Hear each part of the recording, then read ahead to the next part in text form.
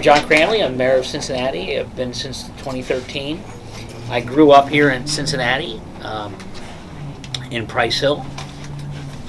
Went to St. Williams, St. Xavier High School, John Carroll University, Harvard Law School, Harvard Divinity School. I came back and got into public service at a young age. I was a city councilman at the age of 26 and served from December 2000 to January of 2009. At the same time, I started and ran the Ohio Innocence Project at UC Law School, which uses DNA evidence to help people get out of prison who are innocent.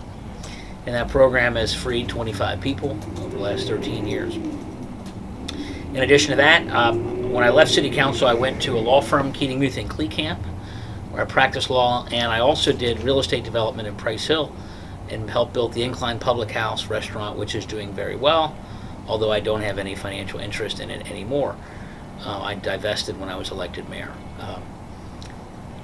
In addition to that, I'm happily married to my wife Dina and our son Joseph, who is 8 years old. Great. So the city is moving in the right direction. It's not perfect. We can do better still, but we are moving in the right direction. And that's on a variety of fronts. We're seeing a tremendous job growth, from GE at the banks to Mercy Hospital headquartered in Bond Hill to Kroger putting a $90 million building downtown, to Children's Hospital making the biggest investment in the history of our city. We're seeing tremendous uplift. We think that's happening because our policies are working and because we fixed the city's foundations. People forget that 4 years ago, people felt the city government was moving in the wrong direction. That the budget wasn't structurally balanced. There were 150 less cops. Morale was down. Crime was up. And we had firehouse brownouts, which means that a firefighter can't get to you in the appropriate amount of time. We weren't paving enough roads or bridges around the city. The city was focused on the streetcar instead of neighborhoods. So people weren't happy about that. And I wasn't happy about it either. And so over the last 4 years, we have fixed a lot of those issues. We put 100 more cops on the street. We put 60 more firefighters. We ended the firehouse brownouts. Crime is down across the board. We're paving more roads and more bridges. We structurally balanced the budget 4 years in a row. We did some tough things with the pension and the retirees and the unions, asking them to give up some of their benefits. But in exchange, we saved the pension from bankruptcy and the city from bankruptcy on the pension. That restored the fiscal credibility of the city, and last year we earned an upgrade from S&P and Moody's. That foundation is upon which that we've been able to inspire people to want to invest and grow their jobs and bring jobs to the city. At the same time, our progress has been progressive. I ran on moving African American contracts with the city from 2% to 15%. Last year we exceeded 17% in awards. First quarter of this year we're above 20% in new awards. This is real and measurable progress. In addition, we've invested in job training. Our Hand Up initiative has helped reduce the poverty rate by 5%, but a much bigger effort is the Child Poverty Collaborative, co-chaired by Odell Owens and myself and Sister Sally Duffy and Donna Jones Baker and Tom Williams and Michael Fisher. And now the new executive director is Karen Bankston. And we're committed to a public-private partnership that will work with 5,000 families over the next 5 years to help them transition out of poverty. So those are just some of the things that we've done. And sort of the icing on the cake of all this is that people are happy. Not perfect, but happy. FC Cincinnati to Blink, to a sense that neighborhoods are coming back. Breweries and Listerman and Evanston, to Streetside and Columbia Tusculum, to Westside Brewery and Westwood, to Brink and College Hill, Woodburn on Woodburn Avenue. Everywhere you go, there's new life in the neighborhood business districts. But we won't be happy and we won't rest until we help more people in every neighborhood. That's why our strategy going forward is continue to bring in jobs to the city by working with people, not against them.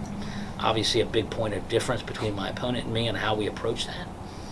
Second is continue to reduce the crime by putting more cops on the street and working with community leaders to get good intelligence of what's going on. We also are dealing with the heroin crisis, so we're going to continue to put a tough love approach to help people get addiction services, but also require that people get addiction services to the extent that we can legally.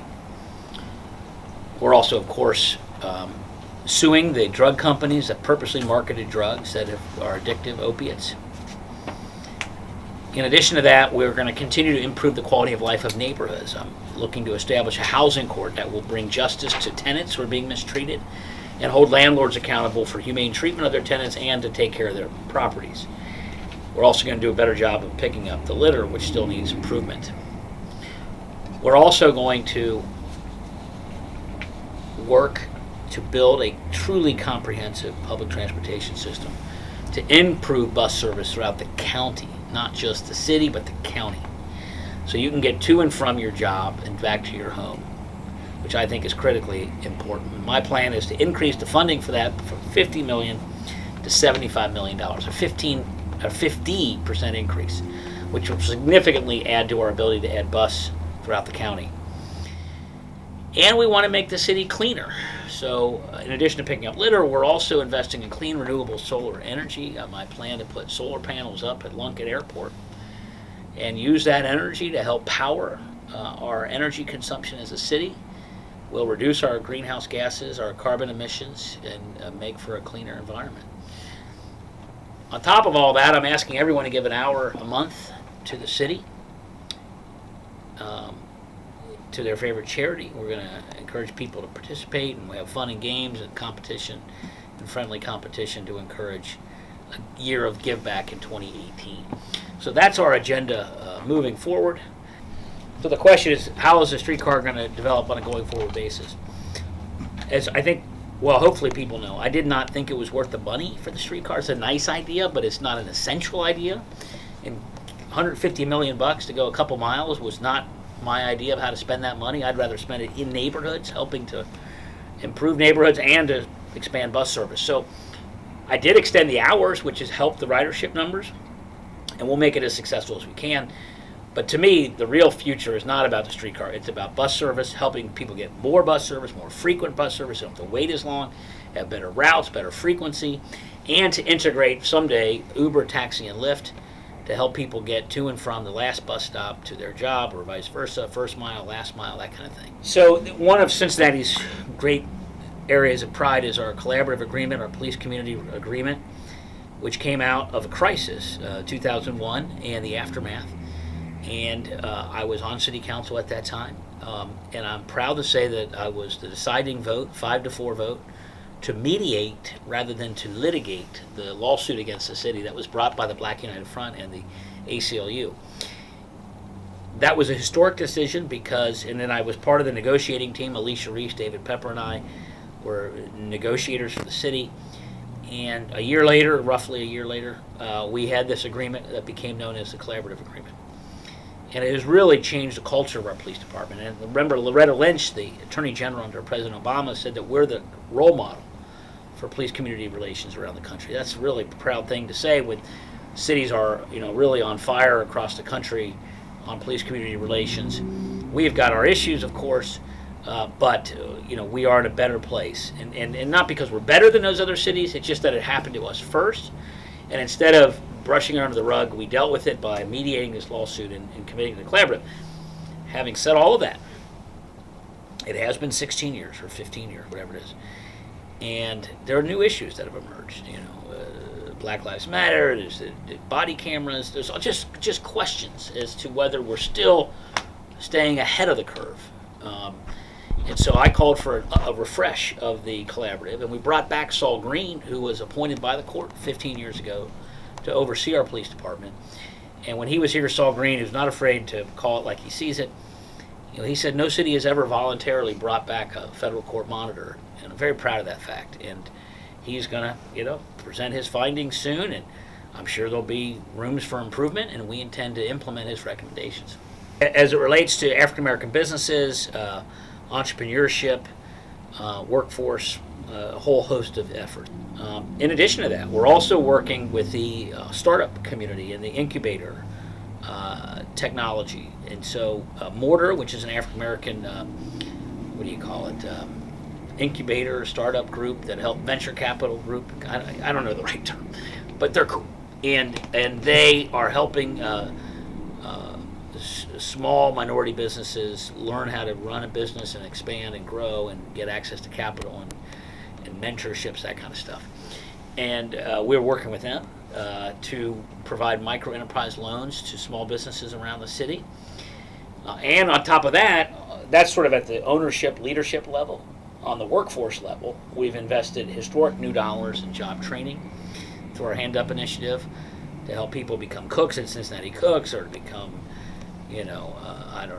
janitors at children's hospitals through Cincinnati Works, to other jobs for people who may not be in a position to own a business. So we want to help people at all sizes, people who are going to be upper middle class, people who are lower middle class.